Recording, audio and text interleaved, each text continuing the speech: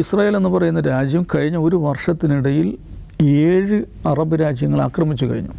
8ാമത്തെയാണ് Qatar, Iran, Iraq, Syria, Lebanon, Yemen. ഇപ്പോൾ കഴിഞ്ഞ ദിവസം ടുണീഷ്യ ആക്രമിച്ചാൽ ടുണീഷ്യൻ ടെറിട്ടോറിയൽ വാട്ടേഴ്സിൽ കയറിയാണ് ഈ ഫ്രീഡം ഫ്ലോട്ടിലെ കപ്പൽ ആക്രമിക്കുന്നത്.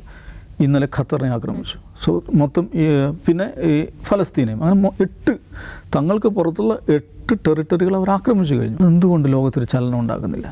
ഇതിനേക്കാൾ വിചിത്രമായൊരു കാര്യം ഞാൻ പറയാം. അടുത്ത ആഴ്ച നടക്കാനിരിക്കുന്ന UN ജനറൽ അസംബ്ലിയിൽ ഈ മഹ്മൂദ് അബ്ബാസ്, ഫലസ്തീൻ പ്രസിഡൻ്റായുള്ള മഹ്മൂദ് അബ്ബാസും അദ്ദേഹത്തിൻ്റെ കൂടെയുള്ള ഡെലിഗേഷനും അവർക്കുള്ള വിസ നിഷേധിച്ചിരിക്കുകയാണ് അമേരിക്ക എങ്ങനെയാണ് വിസ നിഷേധിക്കാൻ പറ്റുക?